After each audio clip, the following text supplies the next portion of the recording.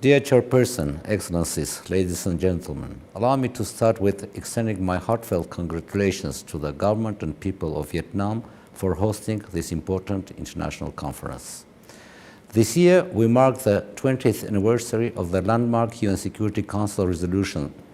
1325, which accelerated political participation and economic empowerment of women in the context of peace building, conflict prevention, and conflict resolution. It is our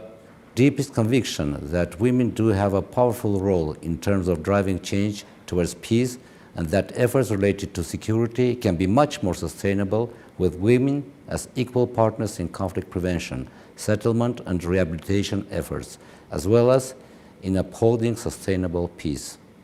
Armenia, as a member of the Human Rights Council, has highlighted among its commitments the implementation of the National Action Plan under the UN Security Council Resolution 1325, Women, Peace and Security Agenda, considering it instrumental in terms of protecting the women living in conflict zones and ensuring their active contribution to the peace building and post-conflict reconstruction and rehabilitation.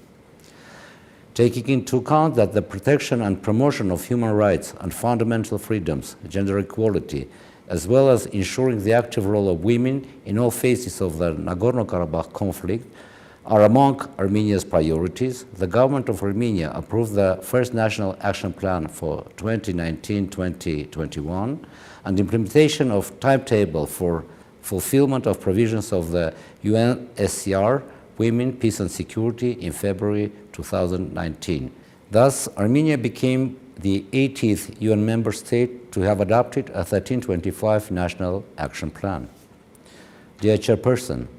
the recent aggression against the people of Nagorno-Karabakh, perpetrated by Azerbaijan with the full political and military support of Turkey and involvement of Turkish-sponsored foreign terrorist fighters, has put the lives of 150,000 people of Artsakh, including many women and girls,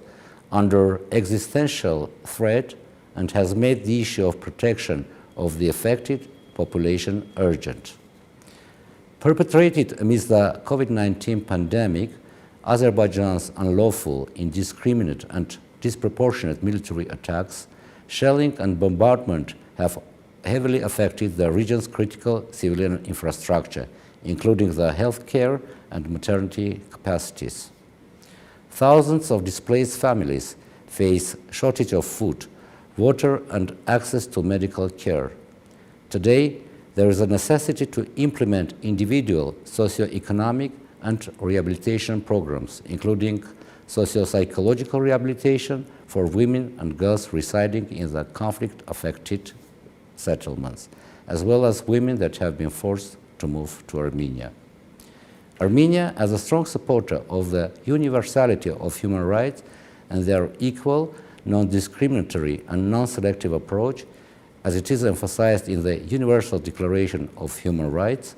underlines that adherence to this principle is key in the context of the humanitarian response when assistance should be provided to civilians affected by hostilities on the ground.